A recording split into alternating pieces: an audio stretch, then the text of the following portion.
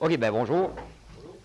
Ce que je vais faire, c'est que je vais y aller, je vais présenter ce que je pense qui pourrait vous intéresser, mais comme Claire disait, n'hésitez pas à poser des questions.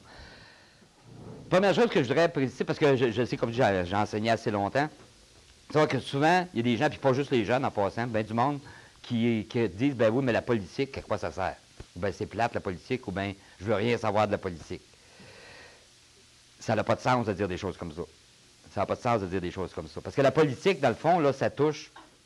Tous les jours, on fait de la politique. La seule façon de ne pas faire de politique, c'est d'aller vivre tout seul sur une île déserte. Parce qu'à partir du moment où tu as deux personnes qui vivent ensemble, il y a nécessairement de la politique. Parce que c'est quoi la politique, finalement? La politique, c'est l'organisation des rapports sociaux. C'est ça, la politique, fondamentalement. C'est qu'à partir du moment où tu as deux personnes qui vivent ensemble, puis encore plus, tu en as des millions, il faut qu'il y ait des règles de fonctionnement. Il faut qu'il y ait des règles de fonctionnement. C'est ça, la politique. Fait qu'on ne peut pas ne pas s'intéresser à la politique. Parce que si tu ne t'intéresses pas à la politique s'intéresse à toi. C'est aussi simple que ça. Tout est politique. Tout est politique. Par exemple, si on prend une société, si on prend une société, il y a deux façons de gérer une société, fondamentalement. Il y en a deux. Ou bien tu as un chef en haut qui décide pour tout le monde, qui prend une décision, puis si tu n'es pas d'accord, on t'envoie en prison. Si tu n'es pas d'accord, on t'envoie en prison. Ça, dans l'histoire du monde, la majorité du monde sur la Terre actuellement, sur la planète, ils ne vont jamais voter. Pas parce qu'ils ne veulent pas aller voter, parce qu'on ne leur demande pas d'aller voter. Parce que tu as quelqu'un en haut qui décide. Je peux vous en donner des exemples. Je ne sais pas si vous suivez l'actualité un petit peu, là, ce qui se passe dans le monde. Mais regardez ce qui se passe en Syrie, par exemple. Ce qui se passe en Syrie. Tu as un dictateur qui est là, bon, en fait, sa famille qui est là depuis 60 ans. Ça fait 60 ans qu'il dirige le pays. Il n'y en a pas d'élection. Puis ceux qui ne sont pas d'accord, on les tue. 200 000 à peu près tués juste dans la dernière année, plus 4 ou 5 millions qui ont été chassés du pays. L'autre façon, qui est relativement récente dans l'histoire, il faut être conscient de ça, qui est relativement récente, c'est qu'à un moment donné, il y a des gens qui se sont dit, non, ça n'a pas d'allure. Ça n'a pas d'allure qu'il y ait une personne qui décide pour tout le monde. Tout le monde devrait avoir son mot à dire. Tout le monde devrait avoir son mot à dire. Ça fait pas longtemps. Dans l'histoire, ça fait à peu près 200 ans. 200 ans en histoire, c'est pas long. En histoire, c'est pas long. Puis pour avoir leur mot à dire, ces gens-là, la plupart du temps, puis même ici aussi au Québec, je pourrais vous donner des exemples ici au Québec, bien, il faut se battre. Parce que ceux qui ont le pouvoir, là, ils ne le laissent pas facilement. Tant qu'ils ont le pouvoir, ils veulent le garder. Fait que les gens qui ont voulu, justement, avoir leur mot à dire, il a fallu qu'ils se battent pour l'avoir. Y compris ici au Québec, là. On a tendance à oublier ça, là. Mais il y a des gens qui sont morts, il y a des gens qui ont été pendus, parce qu'ils voulaient avoir leur mot à dire dans la société. Donc, c'est ça. C'est ça qu'on appelle la démocratie. Puis, un des aspects de la démocratie, bien, c'est le droit de vote. C'est le droit de vote. Qu'est-ce que ça veut dire, voter? Bien, ça veut dire choisir ceux qui vont nous gouverner. Mais attention, la démocratie, c'est pas juste ça.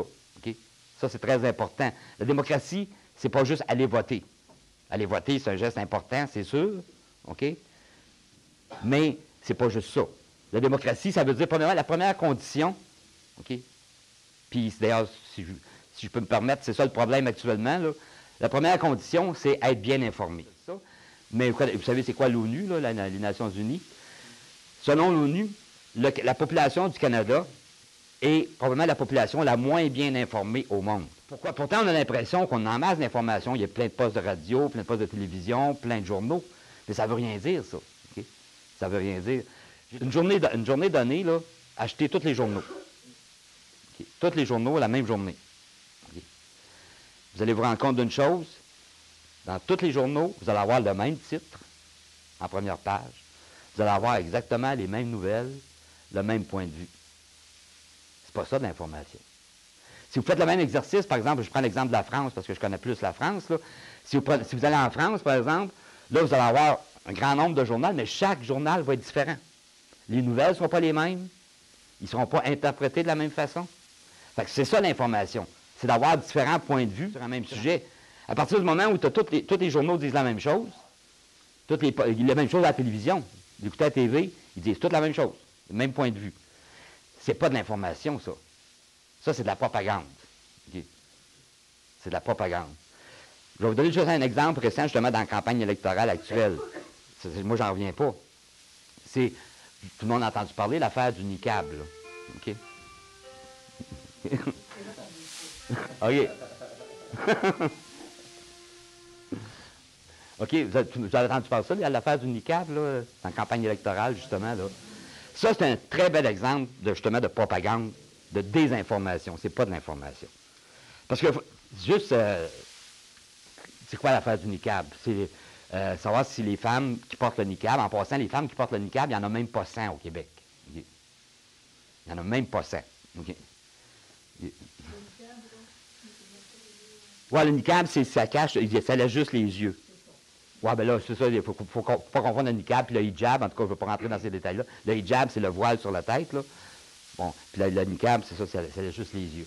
Fait que là, le Parti conservateur qui est au pouvoir, ils ont fait toute une histoire avec ça. Okay, toute une histoire avec ça. Puis là, tous les médias sont embarqués. Comme si c'était... La fin, exactement. Exactement. Comme si c'était la fin du monde. OK? Bien, entre vous et moi, là, les élections qui s'en viennent, on va-tu choisir le gouvernement à cause de ça?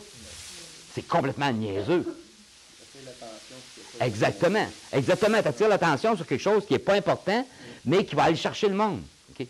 Puis là, tous les médias embarquent là-dedans, qui fait qu'on a l'impression que, comme tu dis, c'est la fin du monde. OK? Alors que c'est... On peut être pour, on peut être contre, c'est pas ça la question. Mais c'est pas ça l'enjeu, là. C'est pas ça l'enjeu de l'élection. C'est pas ça l'enjeu de l'élection. Ça, c'est un exemple, justement, de propagande. Puis dans une démocratie, c'est là que c'est important, c'est que les gens soient informés, qu'ils soient capables d'être critiques par rapport à ça. Mais là, de manière que ça s'enligne, on a l'impression que tout le monde est tombé dans le panneau, là. Tout le monde est tombé dans le panneau, c'est complètement ridicule. Parce que dans le fond, si on prend justement cette élection-là, là, c'est quoi les enjeux? Oui.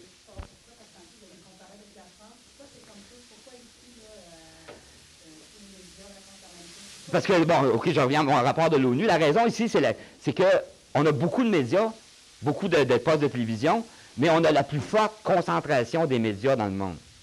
Okay. Tous les médias qui existent au Canada, les journaux, les postes de télévision, les sites Internet, les postes de radio, ils appartiennent à 2 hommes.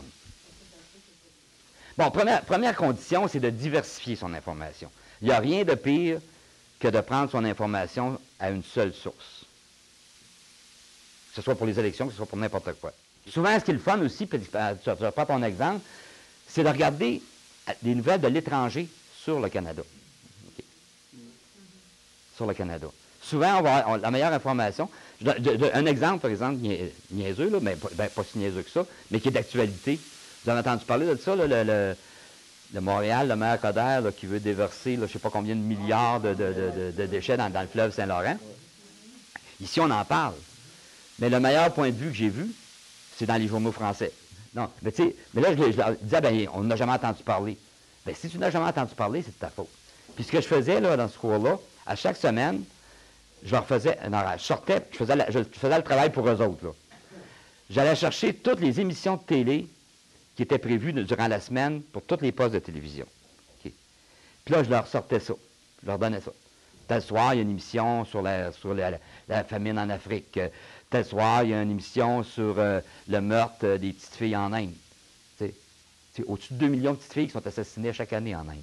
Là, juste parce que c'est des filles. Là. Juste parce que c'est des filles. Puis là, tu dis ça aux étudiants, ben, tu dis, ben non, ça se peut pas. Mais là, je leur donnais la liste. Okay. Mais là, tu as le choix entre écouter ce reportage-là sur le meurtre des petites filles en Inde ou bien écouter Occupation Double. Dans le sens qu'on nous fait croire qu'on est dans une démocratie alors qu'on n'est pas dans une démocratie. Je te donne juste un exemple. On s'en va vers les élections, là. Harper, là, ça fait 10 ans qu'il est là. OK? Ça fait 10 ans qu'il est là. Aux dernières élections, et puis il est majoritaire. Aux dernières élections, il y a seulement 38 des Canadiens qui ont voté pour lui. Okay. Pourtant, c'est lui qui est au pouvoir. C'est pas démocratique, ça. On est le seul pays qui a encore un système comme ça. Okay. Un système qui est complètement dépassé. Je ne veux pas rentrer trop dans les détails, mais regardez, par exemple, dans les autres pays vraiment démocratiques. Il y a des dictatures, mais les dictatures, c'est autre chose. Là. Mais dans les pays supposément démocratiques, normalement, tu as un système proportionnel. Okay? Dans le sens que, par exemple, je donne un exemple, ici, tu as le Parti vert. Okay? Vous avez le droit de voter pour le Parti vert, sauf que si vous votez pour le Parti vert, votre vote est complètement inutile. C'est comme s'il ne comptait pas.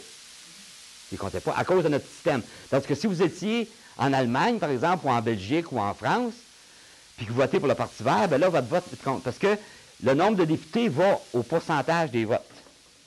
Okay. Donc, si tu as 10 des votes, tu vas avoir 10 des députés.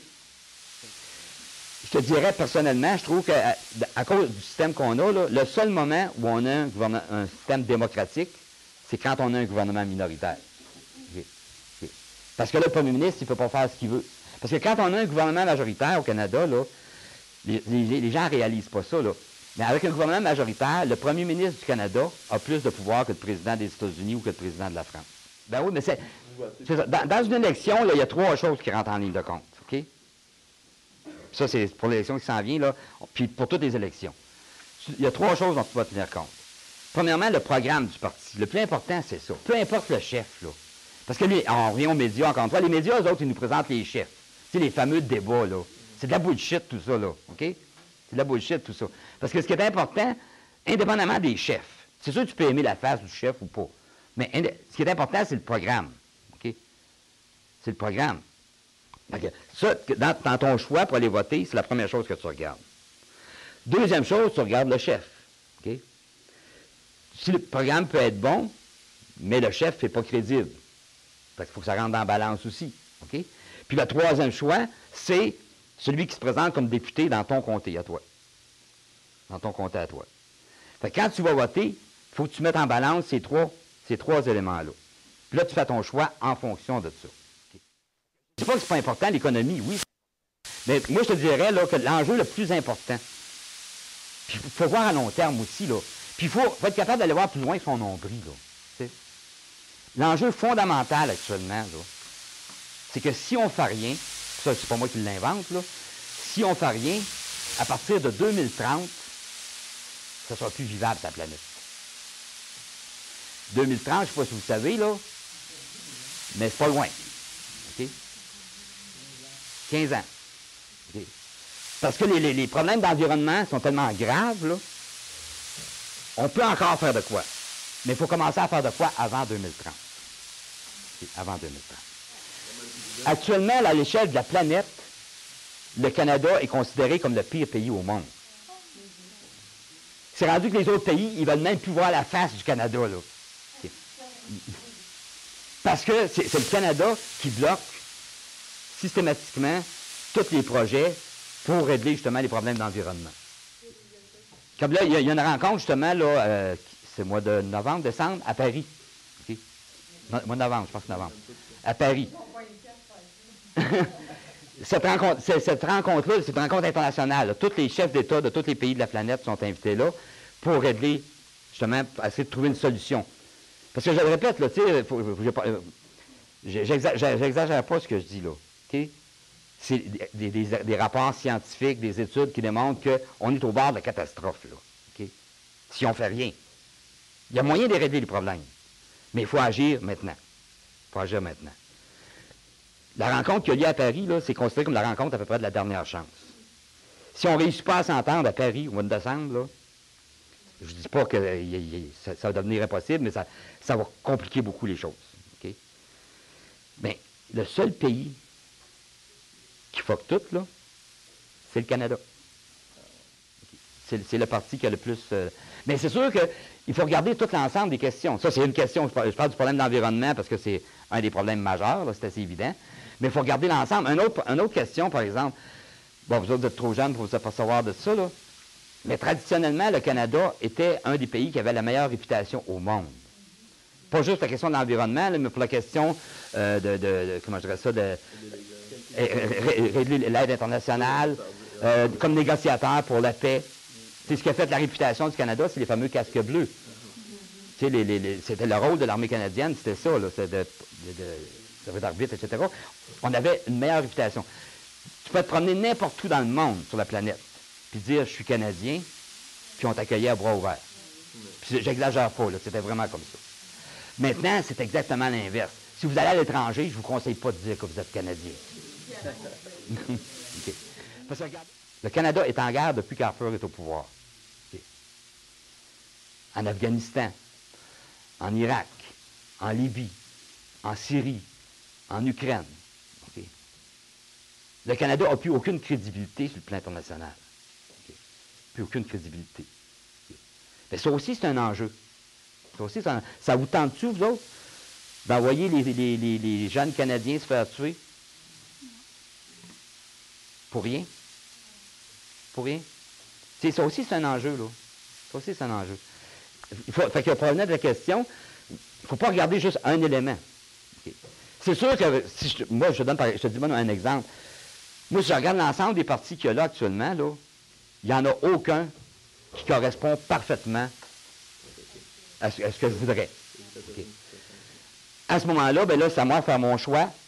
Les enjeux comme moi, je trouve les plus importants. Puis les enjeux comme moi, je trouve les plus importants, c'est pas nécessairement les enjeux que toi, tu vas trouver les plus importants. Okay? Mais tu regardes ça, puis d'après toi, lequel qui se rapproche le plus, même si c'est pas parfait, mais lequel qui se rapproche le plus de ce que tu veux. C'est comme ça qu'on fait son choix. Les scientifiques n'ont plus le droit de parler en public.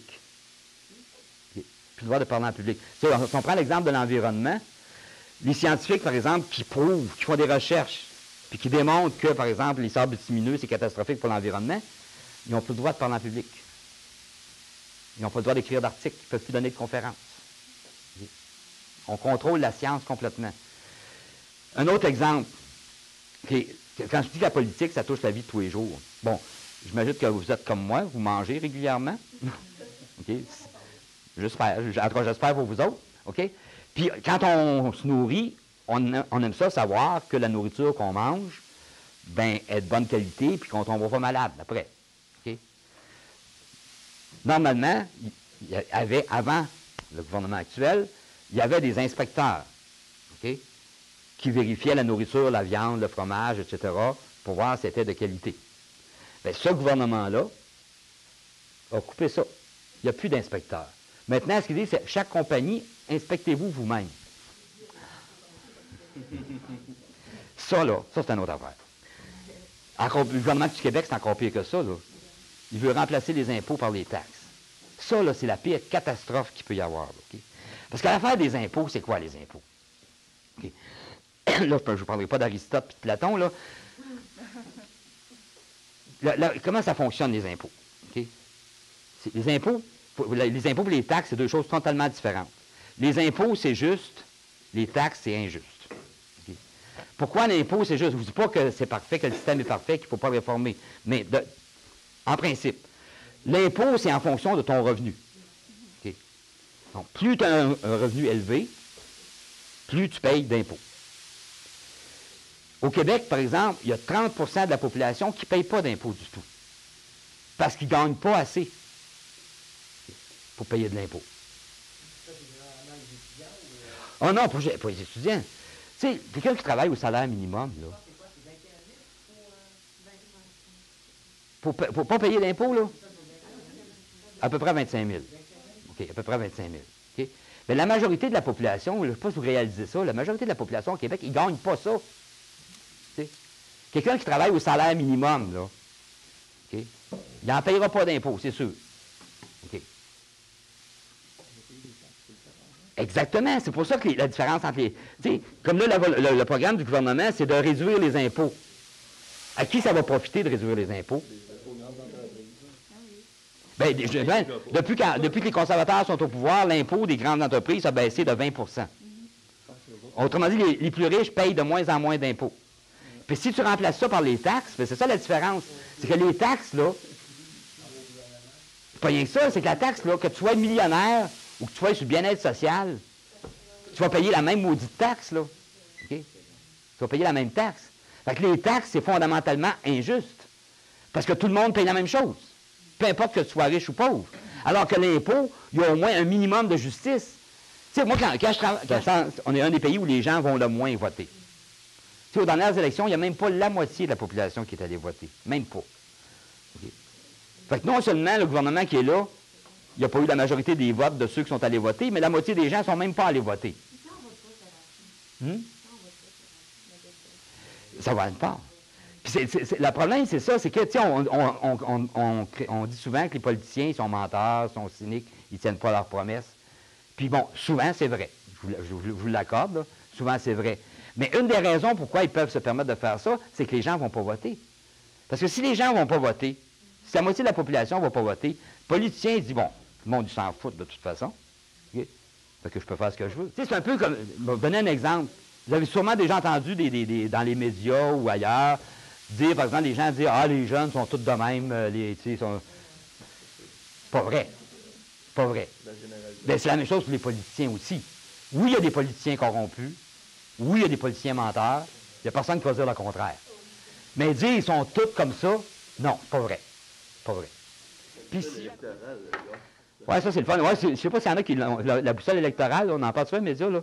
C'est le fun d'aller faire ça. Je l'ai fait, moi aussi, pour le fun. Non, c'est vrai, c'est une bonne idée. Ce qu'il dit, c'est ceux qui ne l'ont pas fait, là, c'est une bonne idée. Dans le fond, ça ne prend pas de temps, c'est même pas 10 minutes, là. Puis c'est facile à faire. Puis des fois, on a des surprises. Okay? N'importe quoi, c'est vrai, pour n'importe quel gouvernement, pour n'importe quel pays. OK? Un budget, là, c'est un choix. La question, tant que le gouvernement dit « j'ai pas d'argent », c'est jamais vrai. C'est jamais vrai. La question, c'est pas de savoir s'il y a de l'argent ou pas. C'est le choix politique. Okay? Ah, ben oui, il a fait un non. Okay? Donc, l'idée, c'est ça, c'est d'un choix. Tu sais, tu prends ton exemple du milliard, tu peux décider, par exemple, ce milliard-là, comme le gouvernement le fait actuellement, il donne plus que ça à chaque année comme subvention aux compagnies pétrolières. Okay. Mais, après ça, il va dire, j'ai pas d'argent pour l'éducation ou pour la santé, mais l'argent, il l'a pour les compagnies pétrolières. Donc, autrement dit, ce que je veux dire, c'est que la dire qu'il n'y a pas d'argent, c'est pas vrai. La question, c'est le choix. Qu'est-ce qu'ils font avec cet argent-là? La question des réfugiés, ça, c'est une autre chose. Là. Okay, ça, c'est une autre chose. Là, ça me prendra 2 heures pour expliquer ça comme il faut, mais essayer d'être bien simple. Les réfugiés, là, okay, c'est des gens qui sont chassés de chez eux. Ils n'ont pas le choix, là. Ils n'ont pas le choix. T'sais, ils ne choisissent pas de dire « Ah, je vais aller au Québec parce que je tripe ces bancs de neige, là. Okay.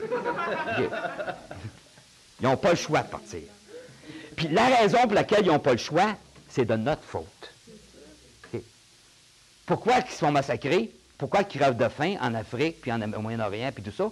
C'est notre responsabilité. Pas juste au Canada, mais aux pays occidentaux en général, mais le Canada a une très, très forte responsabilité là-dedans. Autrement dit, c'est de notre faute s'ils crèvent de faim. C'est de notre faute s'ils se font tuer. Puis après ça, tant qu'ils viennent, ils m'emmenent chez nous, ils disent « Ah non, on n'a pas de place pour vous autres. » C'est de l'hypocrisie.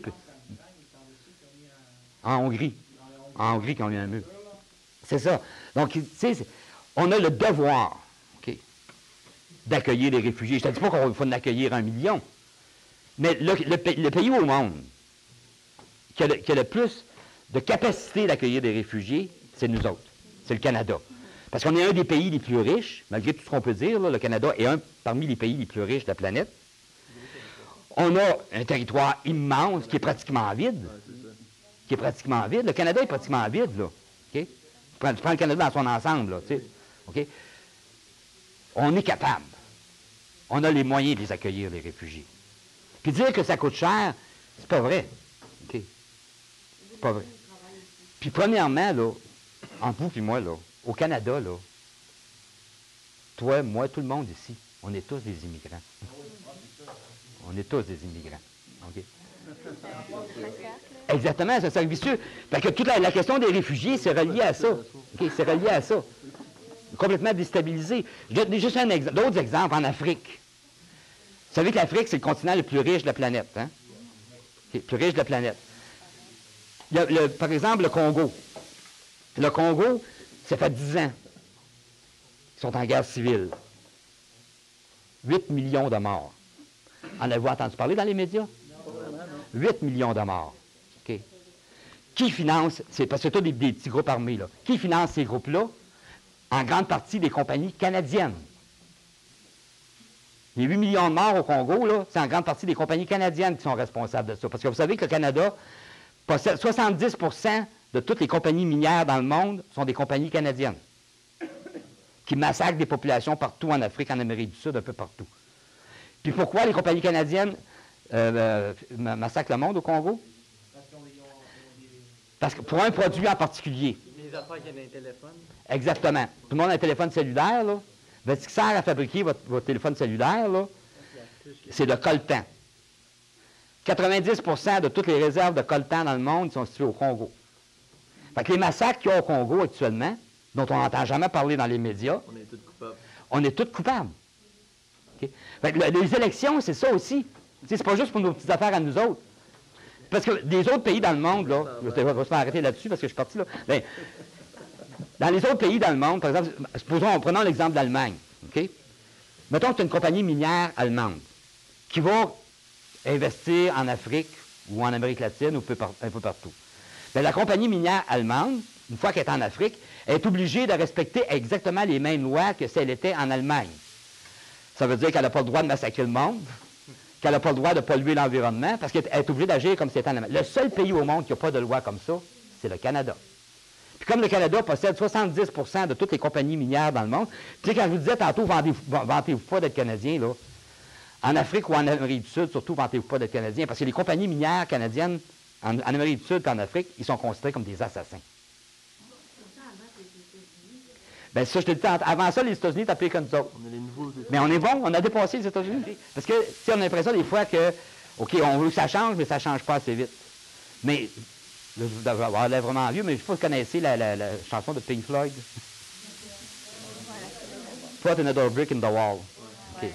Comme citoyen, là, c'est ça notre rôle. C'est qu'on a chacun notre brique à poser. On ne verra peut-être pas le résultat final à la fin. Mais il faut que chacun pose sa brique. Fait que chacun fait ce qu'il a à faire. Des fois, on ne voit pas le résultat final, mais c'est pas grave, il faut le faire pareil. Si on voit le résultat, tant mieux. Mais même si on ne voit pas le résultat de nos actions, il faut agir pareil. C'est là-dessus que je te